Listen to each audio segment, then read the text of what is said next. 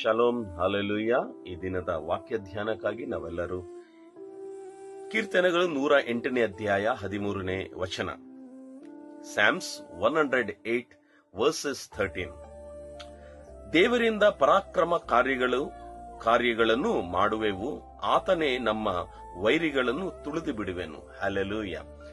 ಯಾರು ಪ್ರತಿದಿನ ದೇವರಕ್ಕಾಗಿದ್ರು ನೋಡ್ತಾರೋ, ಯಾರು ಪ್ರತಿದಿನ ದೇವರ ಸಂಗಡ ನಡೆಯೋದಕ್ಕೆ ಇಷ್ಟಪಡ್ತಾರೋ, ಯಾರು ಪ್ರತಿದಿನ ಪ್ರಾರ್ಥನೆಯಲ್ಲಿ ಸಮಯಲು ಕಲಿತಾರೋ ಅವರು ಏನ್ ಹೇಳ್ತಾರೆ ಅಂದ್ರೆ, ದೇವರಿಂದ ಪರಾಕ್ರಮ ಕಾರ್ಯಗಳು ನಾವು ಮಾಡುವೆವು. ಎಸ್, ನಾವು ಏನು ಮಾಡೋದು ಕೂಡ ದೇವರಿಂದ ಪರಾಕ್ರಮ ಕಾರ್ಯಗಳು. ಅದು ಹೇಗೆ ಪರಾಕ್ರಮ ಕಾರ್ಯಗಳು ಹೇಗೆ ಮಾಡಬಲ್ಲೆ? ದೇವರಿಂದ ಮಾತ್ರವೇ. ನಾವು ನಮ್ಮ ಸ್ವಂತ ಬುದ್ಧಿಯಿಂದ, ಈಗ ನೀವು ಹೋಗುತ್ತಿರೋ ಶಾಲೆಗಳಾಗ್ಲಿ, ಕಾಲೇಜುಗಳಾಗ್ಲಿ, ನಿಮ್ಮ ಕೆಲಸದ ಸ್ಥಳಗಳಲ್ಲಿ ನೀವು ಜಯಿಸಬೇಕಂದ್ರೆ, ದೊಡ್ಡ ಸಾಧನೆ ಮಾಡಬೇಕಂದ್ರೆ ಅದು ಮನುಷ್ಯರಿಂದ, ನಿಮ್ಮ ಬುದ್ಧಿಯಿಂದ ಆಗೋದಿಲ್ಲ, ಅದು ದೇವರ ಪರಾಕ್ರಮದಿಂದಾನೇ ಆಗುತ್ತದೆ. ಆತನೇ ನಮ್ಮ ವೈರಿಗಳನ್ನು ತುಳಿದು ಬಿಡುವೆನು.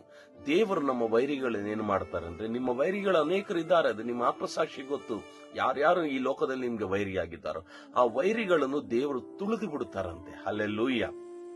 ನಮ್ಮ ವೈರಿಗಳ ಜೊತೆಯಲ್ಲಿ ಯುದ್ಧ ಮಾಡೋದಕ್ಕೂ ನಮ್ಮ ಶಕ್ತಿ ಸಾಕಾಗೋದಿಲ್ಲ, ಆ ದೇವರ ಪರಾಕ್ರಮ ಇದ್ದರೆ ಮಾತ್ರವೇ.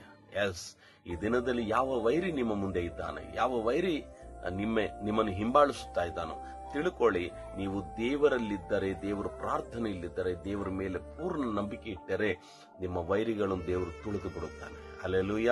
ಆ ವೈರಿ ನಿಮ್ಮ ಮುಂದೆ ನಾಶವಾಗಬೇಕಾ? ಈ ಮುಂಜಾನೆ ವೇಳೆಯಲ್ಲಿ ನಾವೆಲ್ಲರೂ ಪ್ರಾರ್ಥನೆಯಲ್ಲಿಯೂ ದೇವರ ಸಂಗಡ ಬಾಳುತ್ತಾ, ದೇವರೇ, ನನ್ನ ವೈರಿ ನನ್ನನ್ನು ಗೆದ್ದು ಬರಲಾರದಂತೆನೆ ನನ್ನ ವೈರಿ ಸಂಗಡ ನೀನು ವ್ಯಾಜ್ಯ ಮಾಡಿ ಸ್ವಾಮಿ, ನಮಗೆ ನೀನು ಮಾರ್ಗ ಸರಾಗ ಮಾಡಂತ ಪ್ರಾರ್ಥನೆಯಲ್ಲಿ ಬೇಡಿಕೊಳ್ಳಿರಿ.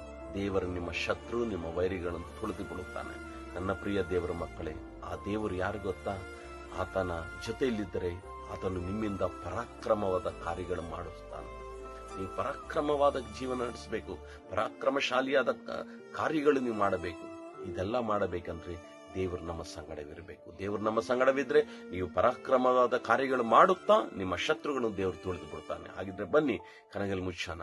ಪ್ರೀತಿ ಸ್ವರೂಪನಾಗಿರುವ ನನ್ನ ಪ್ರೀತಿಯ ತಂದೆ, ಕೇಳಿರೋ ವಾಕ್ಯದ ಪ್ರಕಾರವಾಗಿ ಈ ಕೇಳುತ್ತಿರೋ ಮಕ್ಕಳು ವೈರಿಗಳನ್ನು ನೀನು ತುಳಿದುಬಿಟ್ಟು ಇವರ ಮುಖಾಂತರವಾಗಿ ನೀನು ಪರಾಕ್ರಮದ ಕಾರ್ಯಗಳು ಮಾಡಿ ಇವರ ಸಾಕ್ಷಿಯಾಗಿ ನಿಲ್ಲಿಸಬೇಕೆಂಬುದಾಗಿ ಯೇಸುವಿನ ನಾಮದಲ್ಲಿ ಪ್ರಾರ್ಥನೆ ಬೇಡಿ ಹೊಂದಿದ್ದೇವೆ. ಆಮೆನ್. ನಾಳೆ ಮರಳಿ ಇದೇ ಸಮಯ ನಾವು ಭೇಟಿಯಾಗೋ ತನಕ ದೇವರು ನಿಮ್ಮನ್ನು, ನಿಮ್ಮ ಕುಟುಂಬವನ್ನು ಕಾಪಾಡಲಿ. May God bless you.